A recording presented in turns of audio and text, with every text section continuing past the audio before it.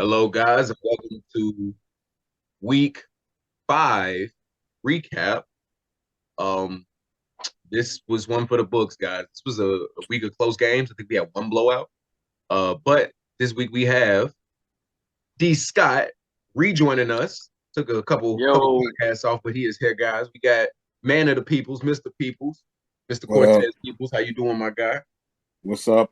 And we got guests from my very own Grizzlies, Jamario Brown. Brown, how you feeling, man? yeah, what's the word, man? How everybody feeling, man? Good, good. All good, all good. But y'all, we gonna dive straight into it. Um, First game of the day, we had.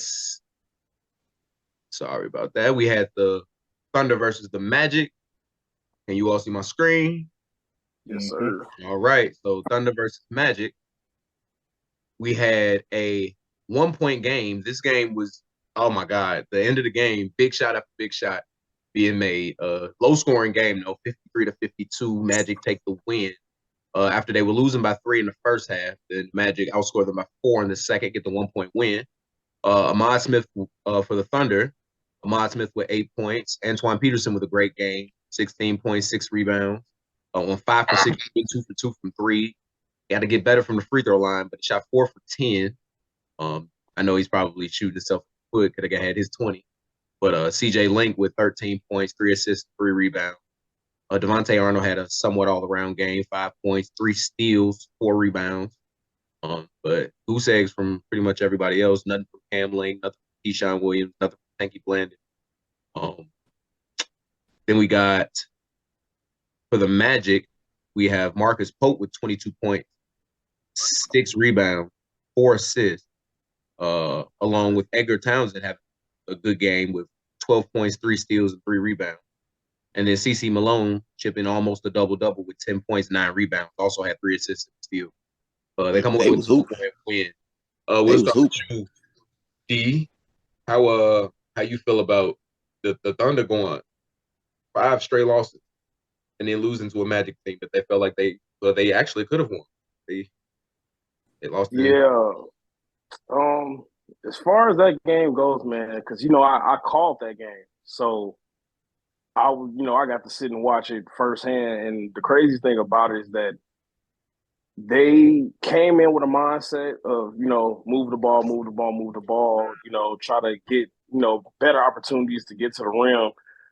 And I spoke with Tanky after the game, and I told him, I said, "Well, you guys started to run it up. At one point, they started to pull away a little bit, but they kind of got away from what gave them that lead, and that was going to the rim, attacking the bigs. Because if I'm not mistaken, T.J. Wicks had 4 fouls before the second half. I think Marcus Love, he was in foul trouble. I think almost all their bigs were basically in foul trouble by the time the second half came around. So it was like the Thunder should have took advantage of that and go attack the rim, attack the bigs. But they started settling for a lot of threes, and like you said, not making them free throws really, really hurt them down the stretch. Yeah, no, free throws have been the they got 22 free throw opportunities. Oh, I know that they shoot 7 for 22 from the free throw line. I know they shooting themselves for the football. They gotta be because they're not making them in the line. Like, man, that's the thing. Like, and when you got the guys that was taking a lot of those free throws, like on and one situations and stuff like that, like, bro, that's missed opportunities. And like you said, you look up, hey, a missed free throw here. You know what I'm saying? Like you said, it was how many? 22, and they only made 7. Think if they would have went 50% from the free throw line. They win this game by an 8-9 point game. Like, you know what I'm saying? So it's a completely, it's the little things. It's stick to what got you those leads and make your free throws. No fact. Brown, how you feel about both of these teams? I mean, they both was hooping. I know the Thunder was desperate for a win. They had it. They said you got to knock their free throws down. That's all.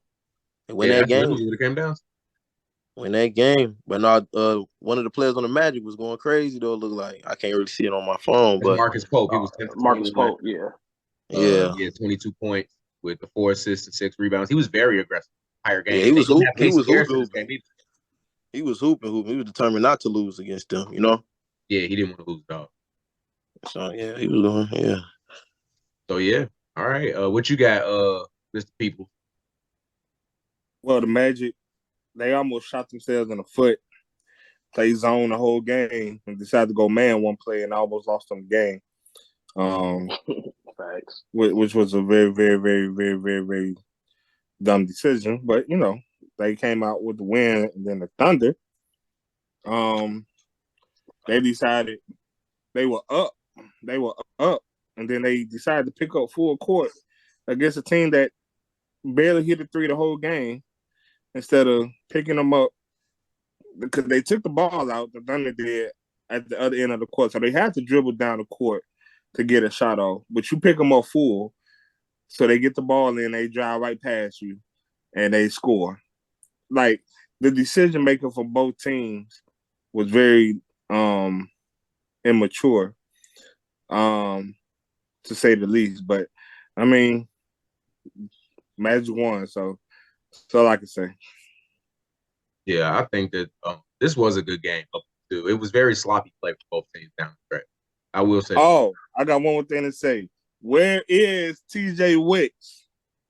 Told y'all he's still invisible. Yeah, he had even though he's 6'7". He supposed to be getting active. He supposed to be getting active. He supposed to be getting active. Yeah, 4 rebounds, y'all. He got the. I think it's just we got to give him a little bit of slack because you gotta understand, like. Well, don't do it. No, just a little bit. You got you tell me if this team is built for TJ to be successful.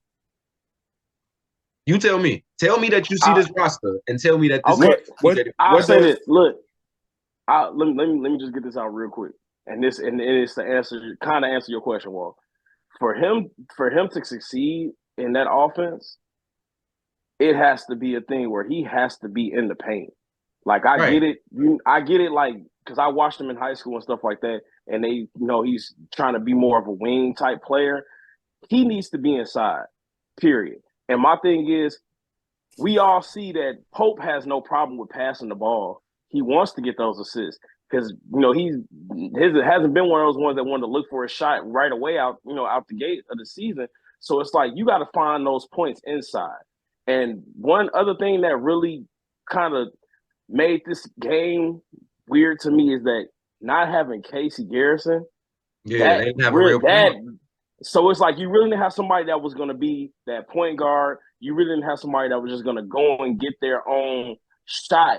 Besides the fact, Pope was going, penetrate, get to the basket. But it's like TJ was just kind of, roaming on the paint. It was times he's bringing the ball up court. Whereas had he played some kind of role like CeCe, where as soon as you come down or set a screen, roll to the basket, get it to him inside. So like all that trying to stretch the floor with him is it's not gonna work. Especially if you don't got no guard to get him the ball. You just literally took the words out of my mouth. Because what guard is going to put that much pressure on the defense to give him the ball? He's going to be successful in a system where he can screen and a guard that can fit. Put him on the team with Mike. Put him on the Spurs. Put TJ on the Spurs.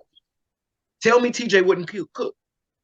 Easy, it'll be easy because that's what I'm saying. Like that's all I'm trying to say. That's literally my whole. And you know what another thing is? The absence of Billy, because that's what Billy did. Yeah, Billy was able to orchestrate all that. Yeah, without somebody to fully orchestrate, facilitate, and put people in the right places to succeed, we're gonna keep having games like this from him because he's gonna either try to force jumpers that are unnecessary when you say he's 6'7". Last time I checked, I think he about 6'9", close to 6'10". That makes it even worse. Right. And my thing is it should be a thing where put him in the position of, that's something that they have to figure out amongst themselves though.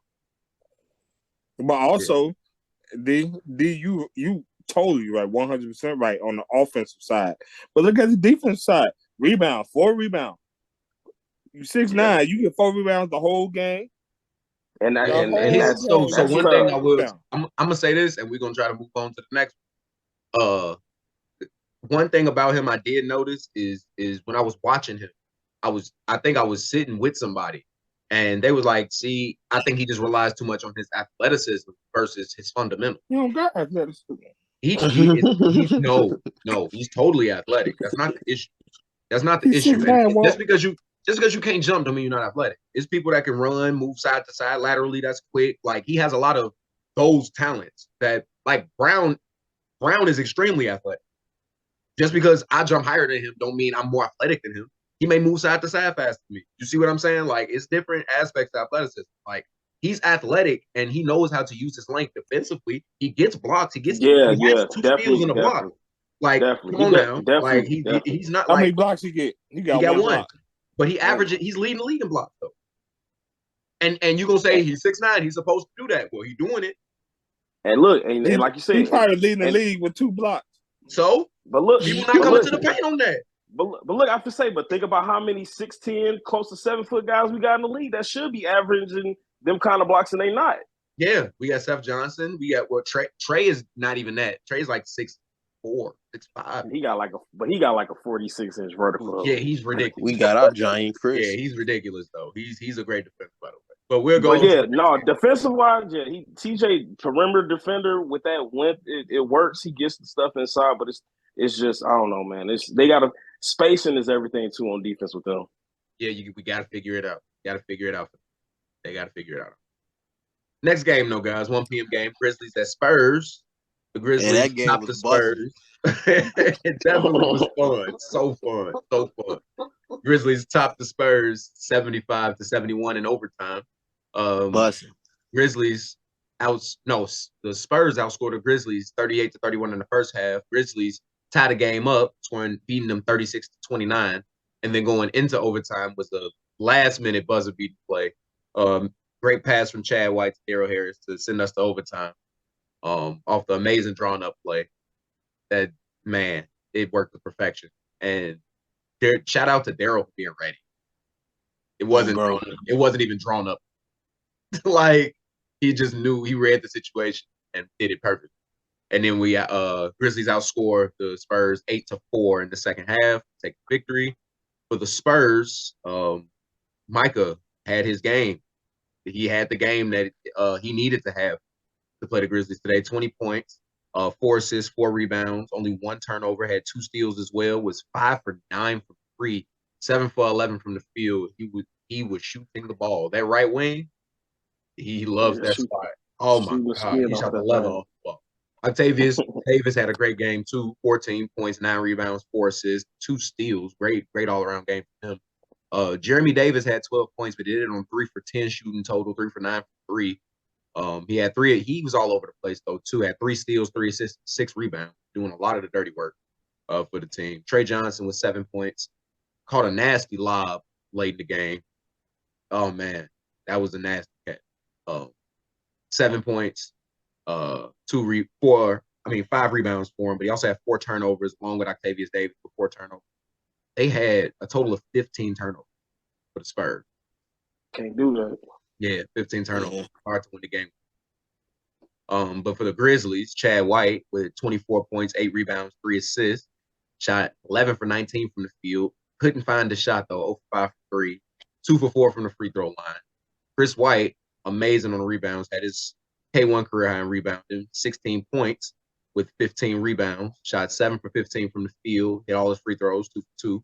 Then we had the big help from Jeremiah Mitchell. Great game from him, 18 points, 6 rebounds, 2 assists, 2 steals, 8 for 13 from the field. Couldn't find his shot though, 1 for 4 for 3, split his free throws, 1 for 2.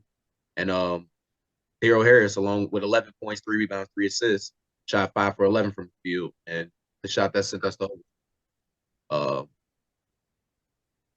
guys, I'm gonna start with you, Brown. How did you feel about this game beginning to end? Like I said, the game in reality was very intense. So I mean, I came to the game feel like I knew we could win. You know what I'm saying? Even though we play our games when we don't have our full team every time we play, but we always come in just trying to be ready. That's true. That's a fact. We didn't have Rich Kirk this game. No Jordan Kirk this game. You know, every week, well, the last few weeks, you know what I'm saying, we never have our full team. We just got to come, everybody, you know, be suited, be ready. Yeah, we just ready to play. It doesn't matter. It does not matter. And but Mr. Peoples, how do you feel about the Spurs Grizzlies game?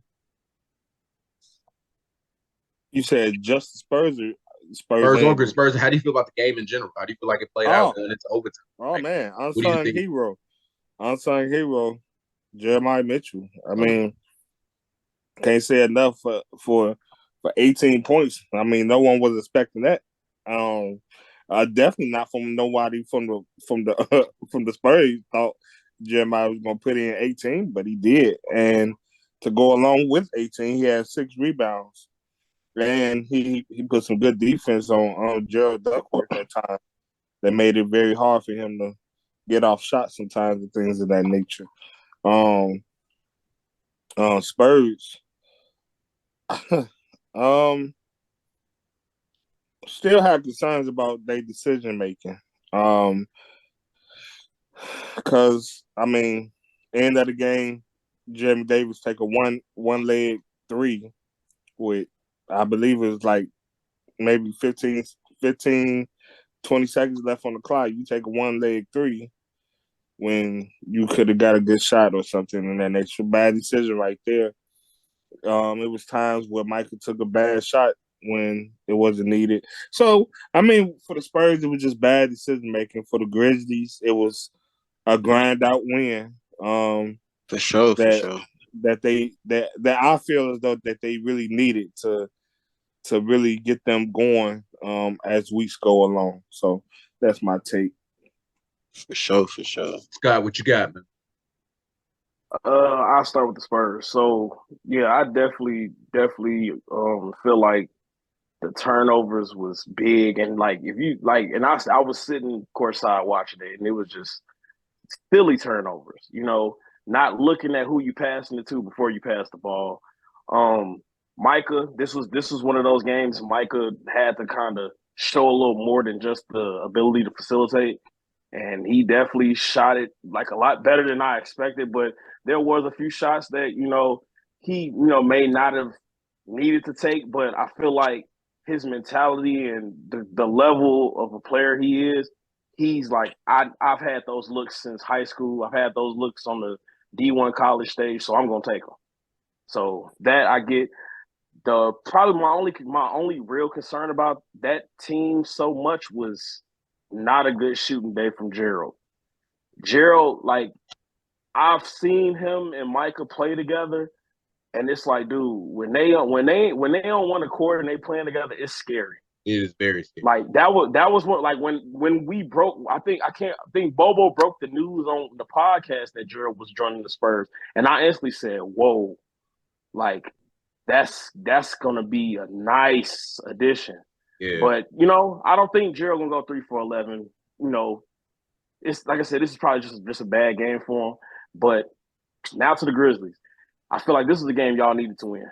I feel like y'all came in with the mindset like, hey, we are not gonna drop another game to a team that we feel like we can beat. Facts. But no, that's really exactly what we said. Mitchell shot. Mitchell. I like I said, I'm not gonna sit here and act like I'm a mind reader or a guru or I can see the future. But just from how that man came out in the beginning, I think it was like some type of he had 7 points. He had like some little funky layup that he did, and I'm like, okay, he gonna try to show out. And then he hit that three and then he shot that 3 in the corner with such confidence. I'm like, okay, he came to play. Locked in. He was locked in. He was definitely locked in. But hey, look, I gotta give it's gotta be a share thing with me. The Daryl Harris guy.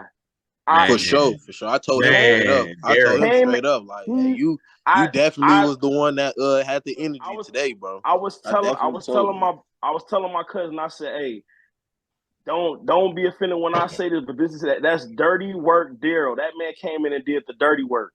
He did. He came in and did the things that was needed because Chad really didn't have the 3 ball going this week. But but Chad still did his thing, getting to the rim. But man, they're just like y'all literally played with that grit and grind. Like y'all embodied that real Grizzlies type of mentality this week, and it was needed because, like, I'm telling you, when Micah came down here like them couple threes in a row, like you seen everybody in the gym was like, oh, okay, yeah, this finna be one of them games. Like they really finna do this to the Grizzlies, but like y'all, y'all stayed in it, bro, and it was one of the ones like, hey, I love it. I love Chris getting 16 boards in the game and not you know what I'm saying, not letting that not letting that dunk like that he played it like a real person who knows how to hoop, bro. Like that happens. You're gonna get dunked on, you're gonna get your shot blocked, you're gonna get rocked. It happens. It's part of basketball. For sure. You know what I'm saying? People gonna be like, ooh and ah, but it's like, bro, and it's Trey Johnson. Right, and that's what I'm saying. I could see if it was somebody like if it was me or something, if I dunked that's on like right. You know what I'm saying? Like now look, no, I ain't gonna lie. Like Walt, you dunk on Chris White, I'm gonna clown him until he never comes back to K1 because I'm gonna be like, yo, you wild for letting that happen. Like even though y'all cool or not, man, you better tackle him out the air or something. But like that's Trey Johnson. Trey Johnson, he does that to people. He does that. I've got dunked on by Trey Johnson off a lob. So I'm not even. I was like, okay, this is just what he do. It's just what he do. One more thing for the Spurs, though, they got to get John Martin involved. He played great cooking. and did. He was cooking. He played great, and he was on the bench at times where I felt like he should have been in the game. He had 6 points, 2 blocks, a steal, and 2 rebounds in limited minutes. What's his number? He was. I can't remember what number he is, but I know 42. He was going to that little hook shot. Yeah, 42. Oh yeah, big man on me. 42. Yeah, big man. He was hooping. Yeah. They got to use him. They should have like that was a thing where like I get you gonna go inside the trade, but you got to utilize John Martin a lot because he's so fundamentally sound, bro. It's just it almost puts you in a mindset like, hey, he's like a Tim Duncan. He's not flashy. He could be that Yakuza. Yeah, there you go. He's one of them guys. He just do what he got to do. Get in, get out. All right, y'all. We're gonna move on to the next game, the game of the week. Oh my God, they got the Celtics got punched in the mouth at the beginning of this game, but ended up pulling out. They came back. They came back. Yeah, I was at the game for like the first 5 minutes. They was getting it in. They was getting it in. They was getting beat nasty. They was getting beat nasty early. I'm like, ooh, the Bucks came out to play, but they ended up tying them up in the first half, 40-40. But Sean Sims did sit in that stretch, and then when Sean in the game, that's when it all changed. He got a couple of steals. No, he didn't get any steals. He started disrupting a lot of stuff though. He started getting in the break. He was 7 for 9 from the field.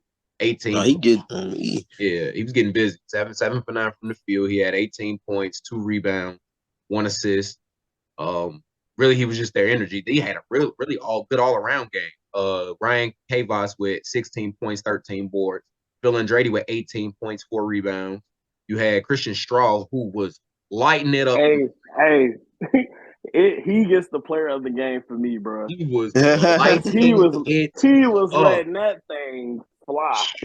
He was 12 points, nothing else. 12 points, nothing else. He was shooting that pill. That's what he was doing. He say mellow stats. He was shooting it. And then you had Antonio Phillips, who had the sneaky good, great game. He did everything that this team needed defensively. He had 9.6 rebounds and 4 steals. He was out there getting busy, guys, disrupting a lot of stuff for the Bucks. But on the Bucks side, you had Brian Hernandez who came back, shot the ball pretty good in the first half. They kind of fell off in the second half. He was 8 for 17 from the field, 4 for 13 from 3. Hit both of his free throws. Ended up with 22 points, 5 assists, 3 rebounds, and 2 steals, but he had 4 turnovers. Caleb Johnson does what he does. Shot great from 3, 4 for 11. That's pretty good from 3. He was 5 for 12 total. Hit both of his free throws. Had 16 points, 3 assists, and a rebound. You had Tristan Swartz, who really shot the ball well. 6 for 5 from the 5 for 6 from the field. 3 for 4 from 3. 13 points. Had 3 assists. He's not Tristan if he doesn't foul him. He had 4 fouls. And had 2 rebounds, and then Quan Shaw, who I think should have got the ball a lot more, was 5 for 6 from the field, had 10 points and 5 rebounds, fouled out of this game. Yeah, not the greatest game from the Bucks in the second half as they lose at 35-29. Mr. Peoples, how do you feel about the breakdown of this game? I said this before in past podcasts, as I was concerned about the Bucks when Quan and Bryant played together. And I said that because Bryant is I wouldn't say he's a dominant ball handler, but he's gonna look for his shot before he look on the inside to a certain extent. And you seen it yesterday, like not feeding Quan enough. And it took Quan out the game a little bit. That's why he found out the games, because now he's not in the rhythm.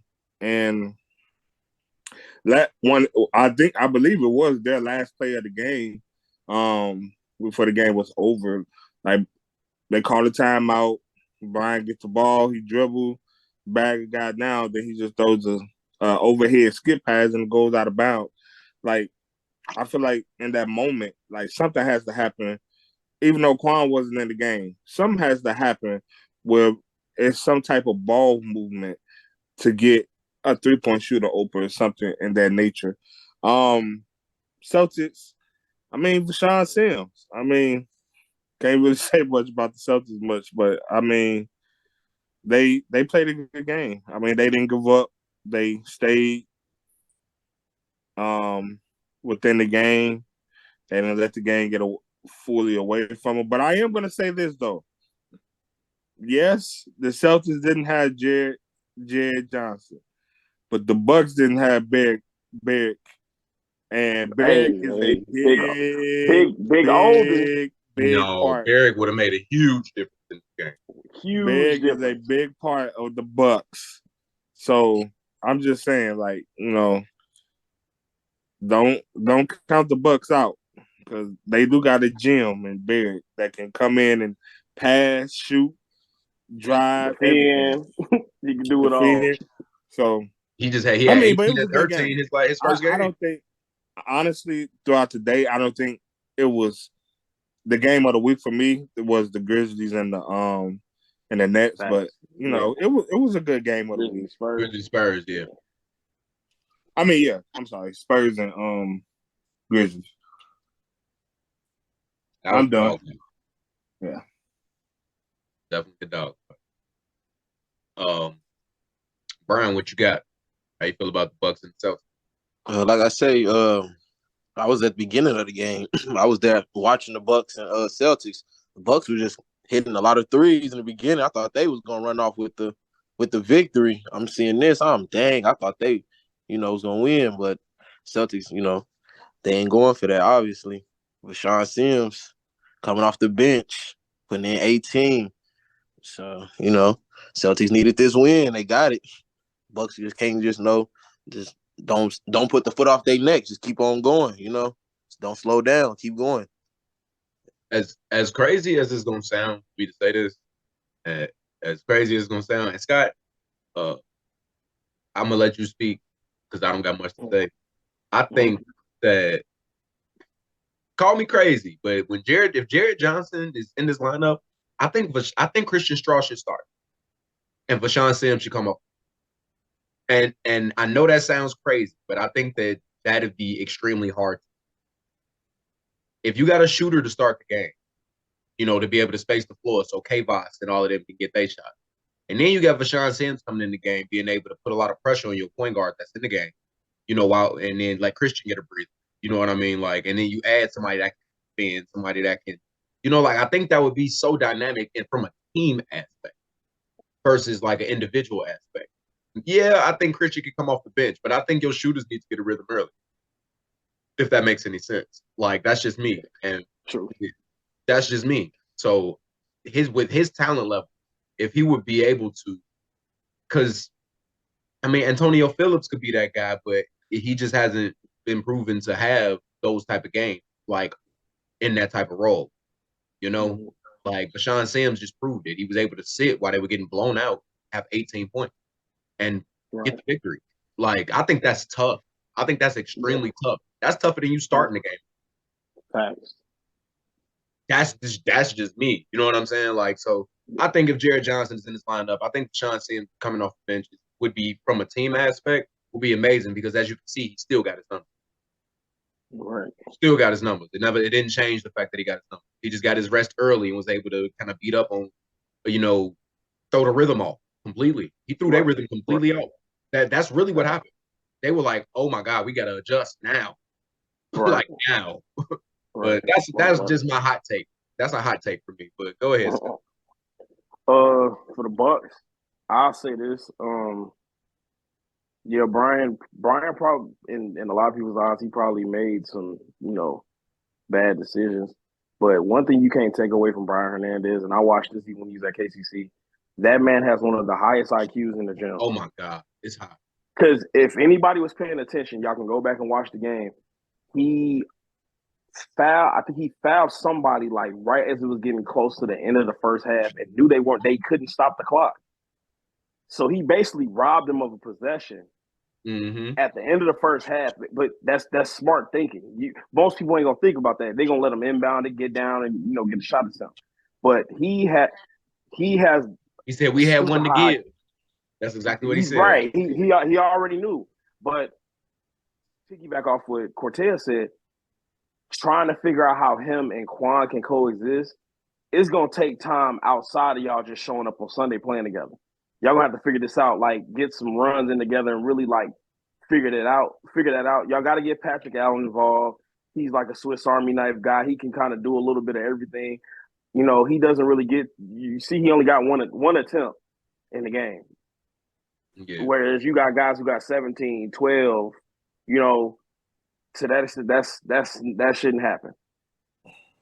But the big O is what I'm calling him. Olden, man, if he's in this game, that it would have changed the whole spectrum. And I think if Brian would have been playing with him, it would have made him change things too, because Quan and Olden kind of was like figuring it out that first game playing with each other with the last week. So it was like, then you throw in that super high IQ of Brian, you know what I'm saying? Now we're looking at, okay, now we can go inside. Then we got all our shooters on the outside, and then that would have been what it was. Now to the Celtics, Walt, I'm 100% agreeing with what you said with your hot take. If you got a Jared Johnson on the court who can facilitate, who can shoot and do all that good stuff too, I want Christian Straw in the game. Because I want him to get those shots off. That's why you think Caleb Johnson and Evan Johnson have the great games they have, because they're in the games early. The shooters are getting them shots up early. They're getting warmed up early. Y'all got people that can stretch the floor. You got guys that can guard. Phillips is he's a bigger like wing guy, but he can still guard. He can guard ones and twos. Phil Andrade, we know what he does. He takes on some of the bigger guys. He can step out on the smaller guys. But to me, I feel like Rashawn, of course he's got the talent to be a starter. But if I have him come off the bench, he's giving second team like backup players, role players headaches. Because if he's giving starters headaches, what do you think is going to happen if you got him coming off the bench when that second rotation of guys is coming in? And he's high level, high energy, super athletic. He's gonna talk to you. He's gonna do what he needs to do, and he's gonna handle his business early. You don't have a bench. You don't have a bench if he comes off the second unit. If he comes off the bench against your second unit, you don't have a second unit. Now you playing your starters the majority of the game. And as you and I both know, that man can play the entire game and not lose a step. And not lose a single step. So to me, it's one of those things where it's like, I know Coach Josh, he sees that type of stuff, and it's crazy because like he's a student of the game where he sees things and he's like, okay, we're not gonna panic, we'll do this, and do that.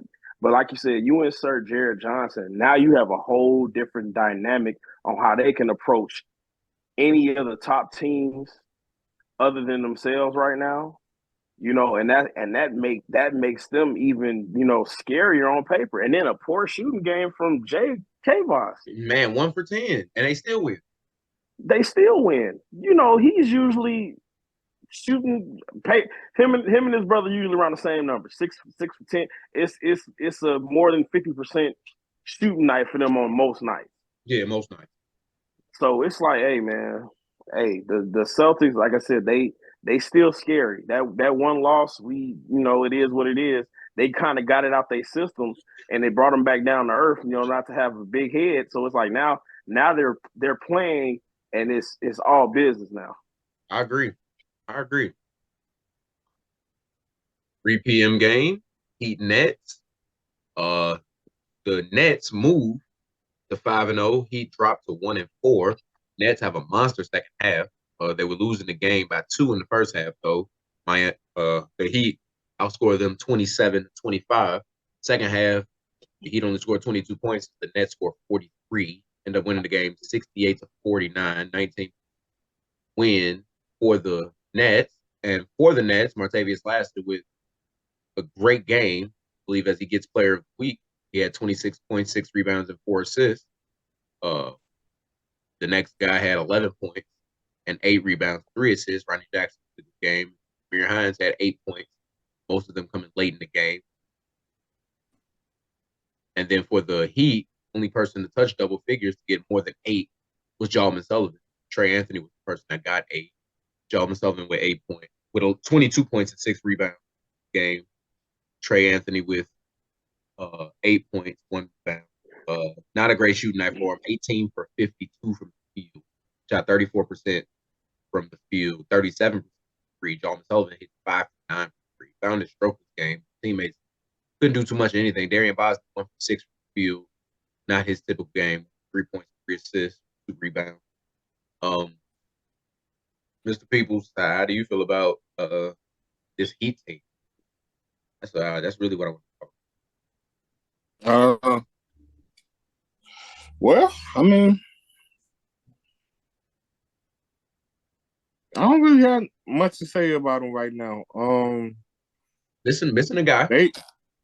I mean, even with Kamari, I think they would have got blew out anyway. Like I just don't think they work well together yet. And I feel like they need to get up and down the court and play with each other a little bit more to feel each other, what others can do and things of that nature.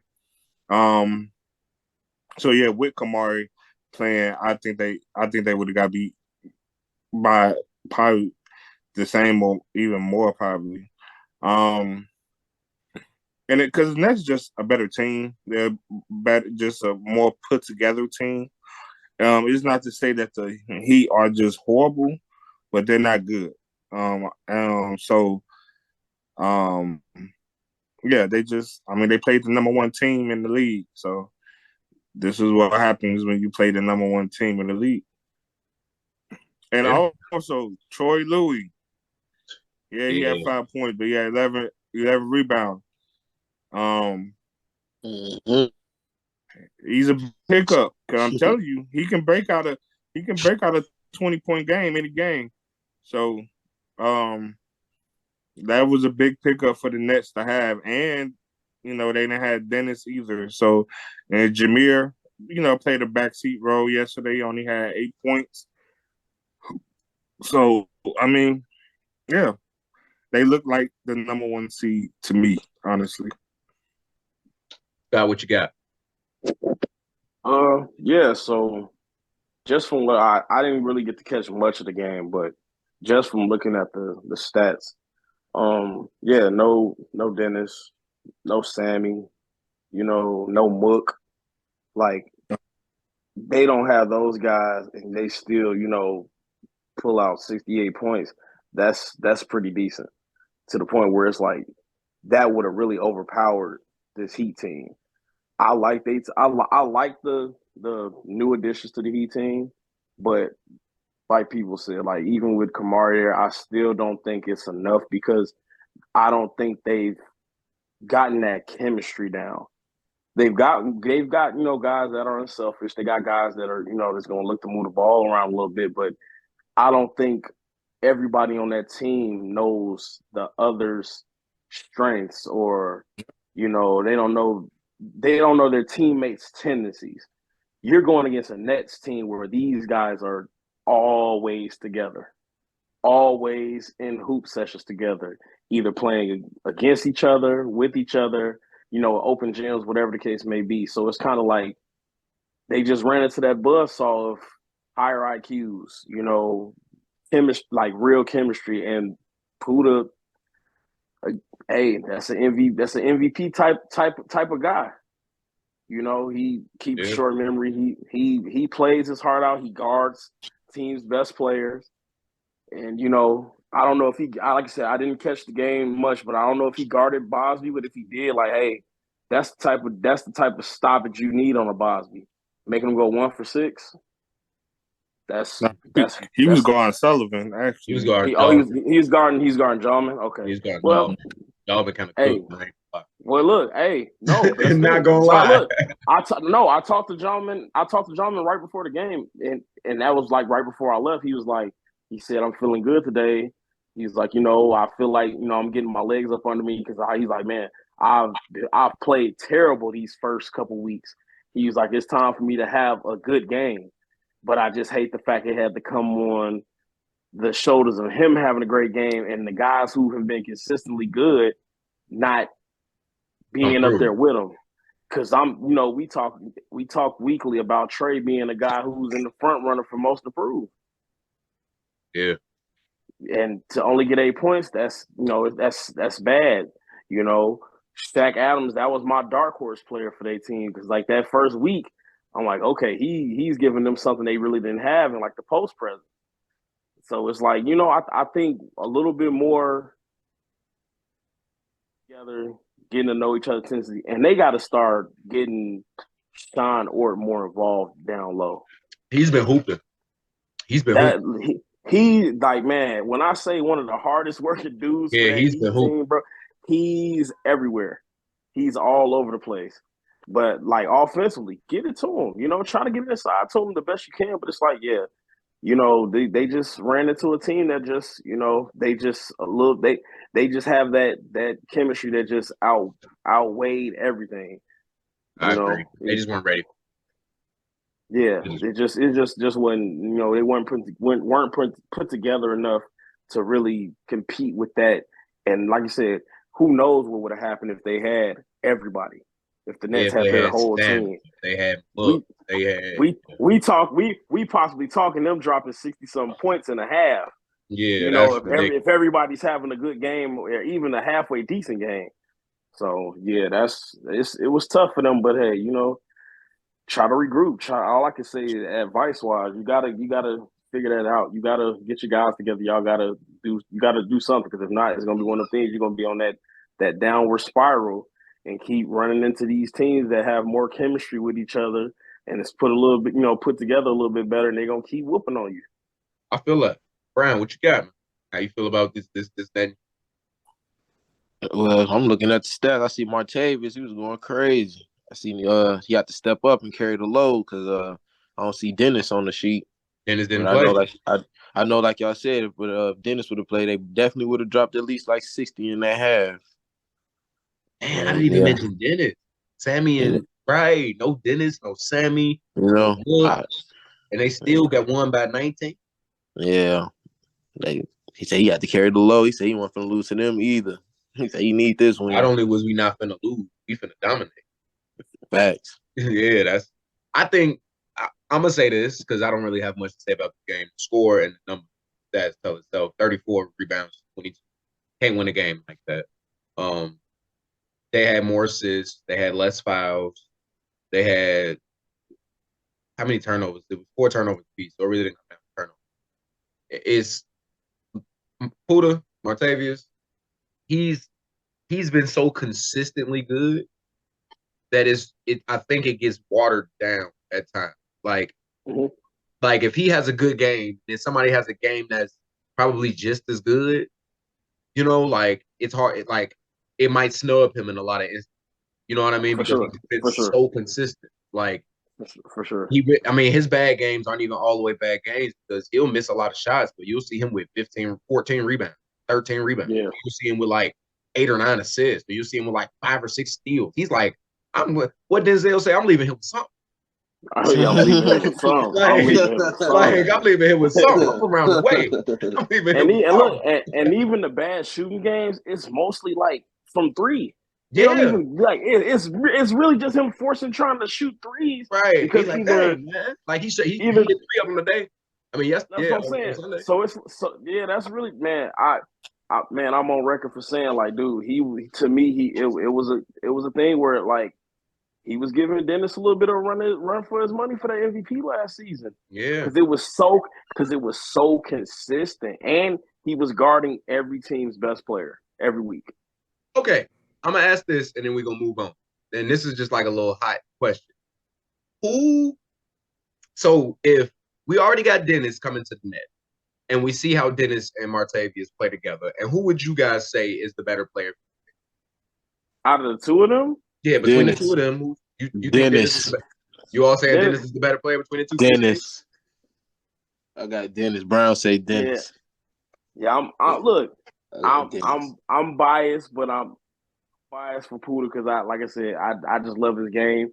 But when it come down to that, like who really just get locked in and do that, Dennis, he does it every week in. And he's been doing it for the last couple of seasons. So it's like watching the body of work on the Spurs for all them seasons, you know, and then doing stuff on the defensive end too. So it's like I get it. I can't argue against Dennis. Mr. Peoples, who you got? Like for this Nets team, who would you say is their guy? Like we need one of these guys. We like is the better guy. Like who is this team? You just switched the question a little bit. You just said which one of these guys is the guy for the Nets. Okay, is the guy. That's okay. No, that's the question. Better. Who's better between the two? I'm gonna answer both questions. Who's the guy? Puda. Facts. Who's better? I agree with that. Who's better? Oh man. I can't answer. I plead the fifth. The only reason I said that is because I'm making a case for Puda in a sense. Dennis is not. I think they have two different skill sets. I think they impact the game in two different ways. I think that their intensity is basically the exact same when it comes to their intensity toward the game. Like their bullheadedness, I think it's exactly the same. I'm making a case for them being exactly on par. I don't think that one is better than the other. And I think if you take Puda and send him to that Spurs team, we're going to have the same thing you see on the net. I feel that. I will say this, the only thing that I'll give Dennis the like a little bit of a nudge over Puda, and everybody sees it, is the 3-point shooting. That's literally really it for me. Yeah, Dennis is a better 3-point shooter. As far as getting to your spots and getting shots that I know that like these are your shots, Puda does it week in, week out.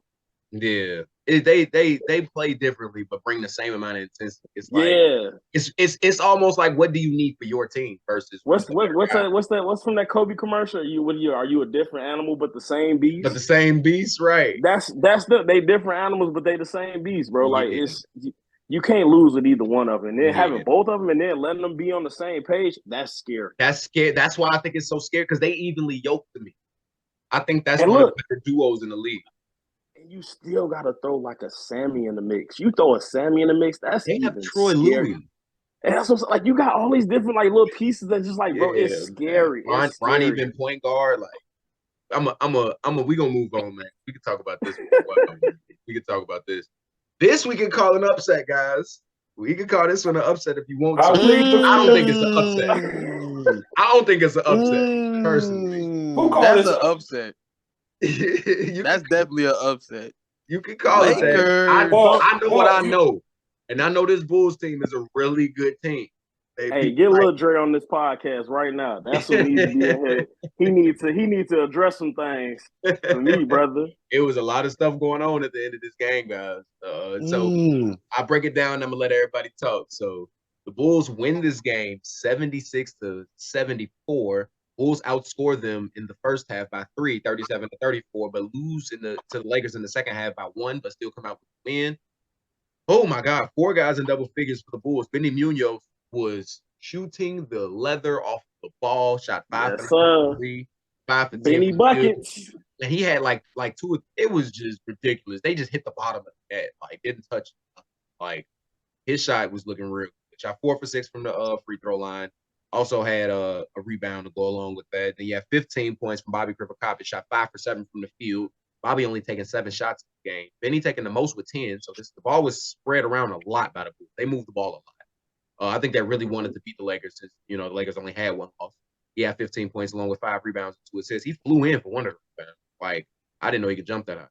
Not even gonna lie to you. And then Miguel Munoz shot well from 3 for 7. Them Munoz brothers. What man? There's some shooters right there, man. Man, they went through basic training or something. Man, they got clips. For real, loaded. They like 3 for 6 from 3, 2 for 4 from the free throw line. Had 11 points, 11 points and 7 rebounds for Nick Crow, along with two assists. And then Seth Johnson, he was cooking early. I like that from Seth. Seth put pressure on him early with 8 points and 4 rebounds. And then I think Nick Crow kind of took that role over later in the game. But for the Lakers, you had 2 juggernauts. You had Tone Brooks and Terrell Hendricks. Terrell Hendricks, 7 for 14 from the field, 2 for 7 from 3, 6 for 9 from the free throw line. Had 22 points, 3 steals, 8 rebounds, and 2 assists, only 2 turnovers. Tone Brooks with 27 points and 3 assists and 5 rebounds. Shot 9 for 16 from the field, 2 for 6 from 3, 7 for 8 from the field. Mark Connor with only 8 points and 4 rebounds this game. Shot 4 for 9 from the field, over 3 for 3. A lot of people on the Lakers frustrated with the loss. We're going to start with you, Brown. This being an upset by the Bulls, how did the Bulls pull this through? Obviously, say the Munoz brothers, they looking like Clay and Curry out there. They clapping ears together off the 3. Man. You know what I'm saying? But I say, yeah, this was definitely an upset on the Lakers, though. They're supposed to win this game just because, it's the Lakers, They're the Lakers, But, yeah, Munoz brothers want to play in it. Just open 3, just hitting them, just cracking them. You know what I'm saying? They're doing that every week. You just got to stay on them. They cracked our head. Stay on them. You got to stay on them. Yeah, what you got, people? Oh, man. I remember when Jay was on here a couple weeks ago, and he put his Lakers number 1. I said, whoa, hold on now. The Lakers are very dysfunctional right now because everyone wants to be the leader. Everyone wants to be the leader. And they don't have an identity that's consistent at the moment. Because if you watch their games, they'll have a game, but then they'll let the team back into the game. And then it's like they'll have to battle it out in order to win the game. So it's like they let teams get back into the game, things of that nature. And then, like, for example, yesterday, it was the father-son argument where Dre felt like, he should be in the game, took him out and all that. It was just a lot of dysfunction. And, that's a big problem. That's a very big problem to have. Bulls, they did their job. Actually, they stayed the course. They didn't get discouraged or anything when Tone would do some acrobatic move or some Tone did or some Terrell did. They stayed the course. They took good shots and things of that nature. So I know Walt said upset, but I Jay before the game, and I said, I texted in the group chat. I said, you worried about this, but you should be worried about the Bulls because it ain't gonna be an easy win. I don't know if anybody saw that in the group chat. Oh yeah, I saw it. I definitely saw it. So I don't consider it an upset. I understand why it can be called an upset, but I don't see it as an upset because I feel like the Bulls have the tools to beat any team in this league, shockingly, at any time because of their ability to shoot and their ability to score on the inside as well. Am I saying that they're going to just shockingly beat everybody? No, I'm not saying that, but they have the ability to do so out of nowhere, per se. But yeah, that's my take on this game. Scott, yeah. Hey man, y'all, Eric. I think everybody knows I'm a Benny Buckets fan. I think he had that one game when he was like 1 for 10. I'm like, he won't have another game like that this season. I promise you. I'm like, he be too determined, bro. But him and Miguel, man, that's like Brown said, bro. It's hard enough when you got one person that's got the strap. You got two people.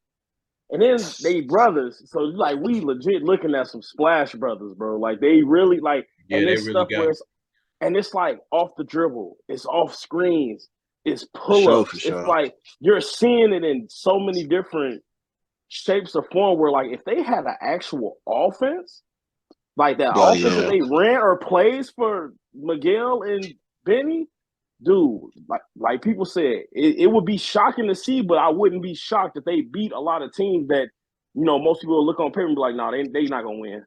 Right. And then, like you said, and with the addition of Seth Brother, that brings a lot of size. It clogs up the paint. It makes teams have to shoot against them. And Nick Crow, that's one of my other guys. I love him for the Bulls. And it's like he's still, more so playing inside or mid range right now. Wait till he starts to stretch the floor a little bit more when they can get a lineup where he can start shooting those 15-foot jumpers and threes, getting those in.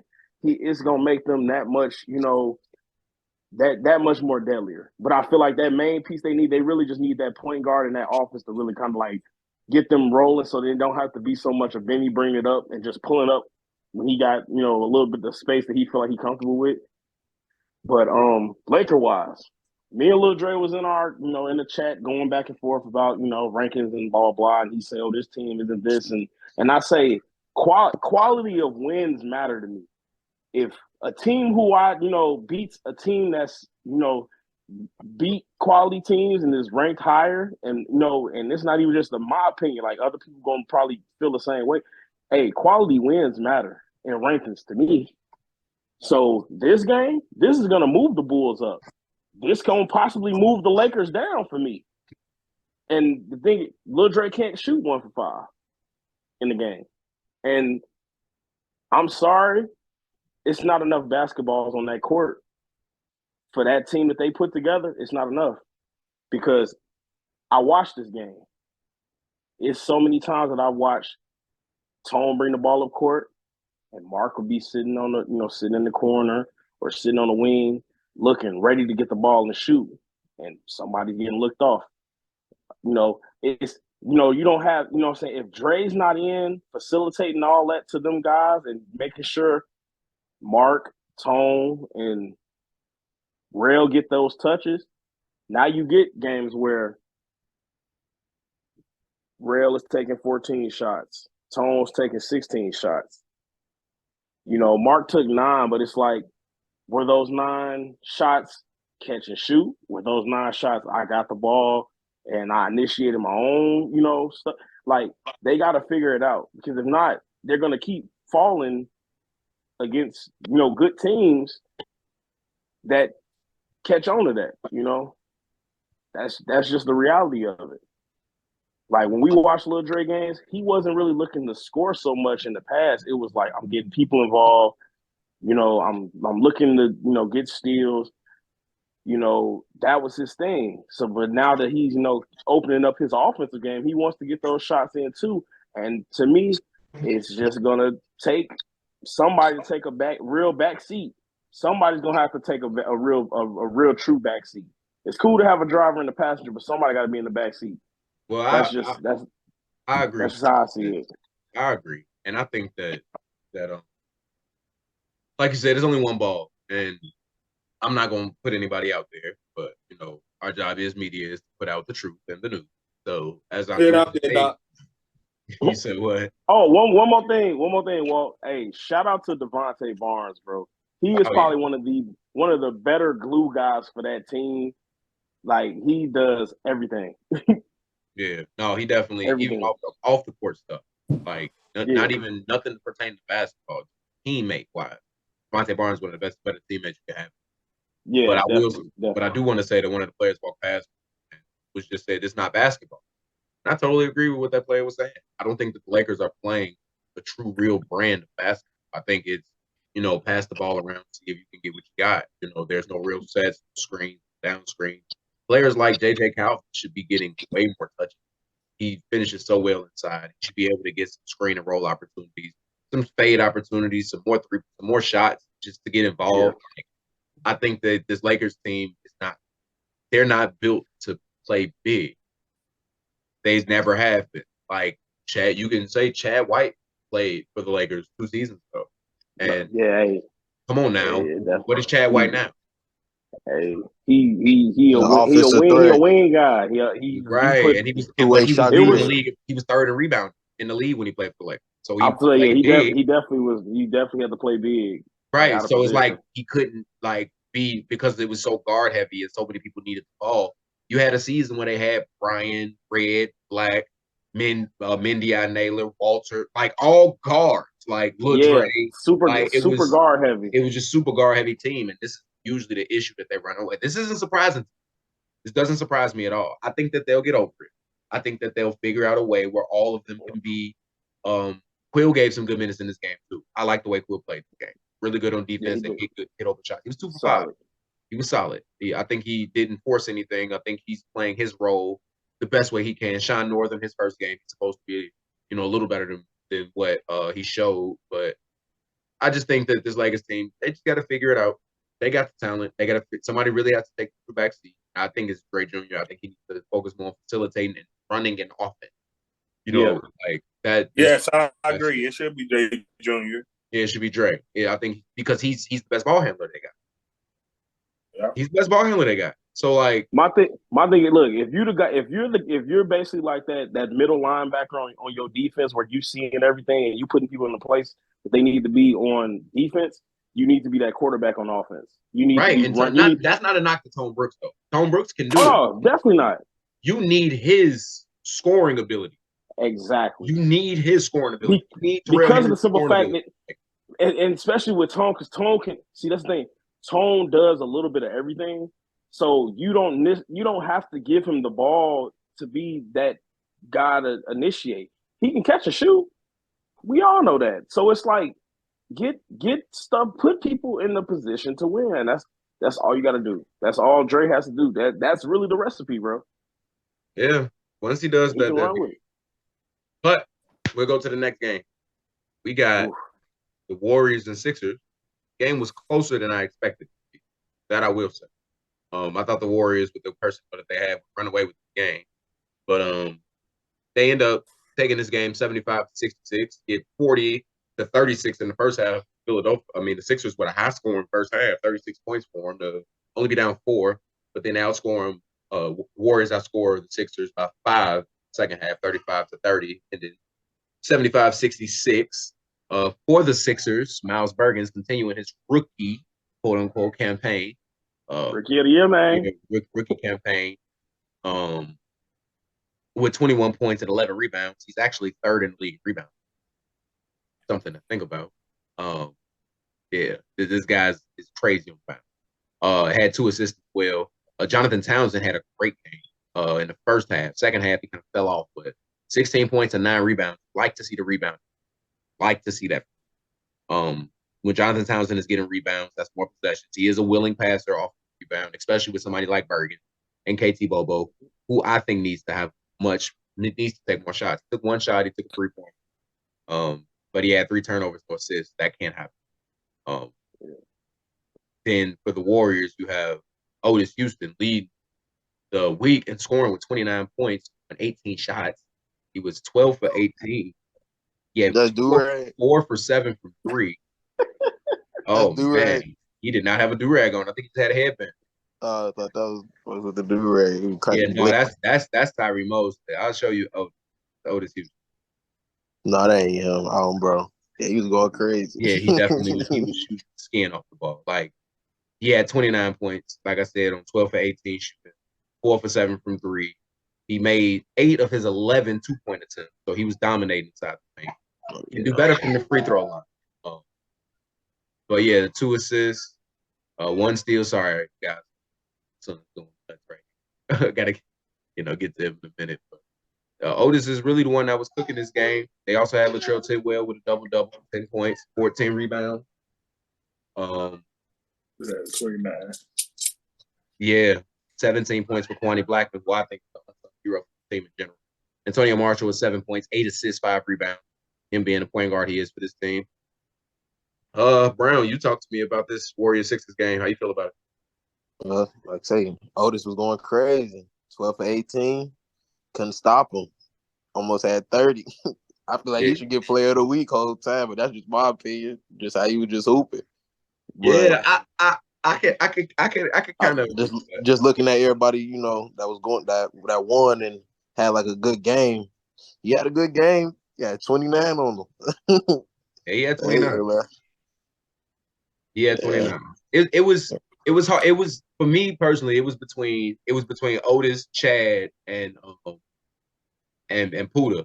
And I think when I looked at Otis, it was like he had only 2 assists outside of that and a steal outside of 29 points. I think Puda had 26 points, 6 rebounds, and 4 assists. Yeah. So it's like Otis had a really good big impact scoring in this game. Like, I don't think that overall let's just, look at this. Tidwell had 10 and 14 with 3 assists. Yeah. That's a really good game. You know what I mean? Yeah. Even though he didn't score the ball, 14 rebounds, 3 assists. You only had 1 foul. You had 2 blocks. I think that's a pretty good game. 10 points, 14 rebounds, 2 blocks, 3 assists. Yeah. So the 20. Don't get me wrong. It was, he was definitely, I think, a top 3 candidate for player of the week. There ain't no shade. He definitely easily got it. I think maybe if he gets 30 plus, if he makes all his free throws, gets some rebound, no problem. No problem. Yeah. No, he definitely looked, watching this game, he looked like you couldn't really do much with him. No, for real, that's what I'm saying. Just looking on the stats. Man. Yeah. If you watch the game, watch the game. You're gonna be like, what? you just watch the game. I was watching it and I'm like, he's really not missing. He's really not missing. He made about, I think he hit maybe 4 or 5 in a row. And then hit his first 3. Hit his first 3-point attempt. And I'm like, oh yeah, he finna cook. That's all he needed. Mr. Peoples, what you got? Oh man, he was definitely motivated. From our last podcast, I said they was gonna beat him by 30, and he would go for over 20. And then he said, "You all had said, I don't know, about 20." So that motivated him to get over 20 points. So I guess Walt, all you got to do is say something, and he gonna cook. I guess I don't know. Hey, keep cooking there. Oh, keep cooking there. Oh, if I gotta say that you the worst player in the league for you to have 50, then listen to everything I'm telling you. So you can have 50. I want people to do this. I want this podcast, people to hear it, and for them to prove me wrong. Show me that I'm wrong. Do what it is I'm be saying you're not doing. That's what the point of this is. Point it out so you can show us that we wrong. Show us you're wrong. Show us you're wrong. The Sixers is an ideal team that you would want to press with. Is an ideal team. Because the reason why I say this because, for example, Miles Bergens, Jordan Whitfield, KT Bobo, all those individuals, like you will want to speed the game up and get the ball down the court fast. Sixers, they just don't have an identity yet to put together a complete game. Yeah, they did win one game, and I feel like I think they'll win a couple more games. Just because much respect for Miles Bridges and Jonathan Townsend and Jordan Winfield. But definitely need to see more out of KT. KT Bobo, definitely. Let's go, KT. Come on, I'm calling you out, man. I need to see some. Warriors. Dysfunction. I really feel as though that there's no leader, and the leader that's leading isn't leading the correct way. And I feel like once they get all that handled within their team, they'll be very hard to beat. But until that happens, they're gonna have a lot more close games or even losses. Because if you look at the stats, you could tell that Tyree isn't enjoying playing basketball this season, because he didn't have multiple games, meaning 2 games where he didn't have less than 10 points, or you can see his body language, on the court. Like, he's not enjoying the game because he's listening to so much arguing on the court and things of that nature. And the game of basketball, as we know it, isn't about arguing. It's about putting the ball in the basket. And once they figure that out, I feel like they'll be fine. And Otis, he put in some work, and we can't fault him for that, because he did. He put in 29. So I'm looking to see how everything pan out after this break and everything. So yeah, go Chiefs. All right, Scott, what you got? Last one. Man, I got a lot to say, but I'm gonna try to like paraphrase a little bit, because like Cortez said, it's so much dysfunction on this Warriors team. To have so much talent and to be that dysfunctional is sad. It's just sad, And I know everybody listens to the podcast now, because even when I haven't been on the podcast, I hear people in the crowd talking about it. Well, they said this on the podcast. Well, they said that. Or during games when a big moment happened, put that on the podcast. Say that on the podcast. Okay, there's a reason why we're saying the stuff that we're saying, because my thing is, y'all do all this talking throughout the week, Monday through Friday, Saturday, and then Sunday you come out there and you drop a goose egg, or you don't live up to what you was talking the whole week. So for me, it's like, hey, I'm gonna keep ruffling your feathers. I'm gonna keep saying that you ain't do nothing. I'm gonna keep saying what you're doing on the court is not efficient. And I don't care if you want to talk all that, man, play me one-on-one. No, I'm gonna go off what I'm looking at by the stats. I don't have to play you one-on-one if you 0 for 17 2 weeks in a row. Like, I'm not arguing with nobody. I'm looking at, and I'm watching it with my own eyes as you're out there performing or underperforming. But that Warriors team I feel like what that team really needs, and this is no knock to K1 Sports at all, there needs to be coaches, actual coaches on some like these teams, because that whole player coach dynamic, it's not working for teams that could really be good and give us the best basketball.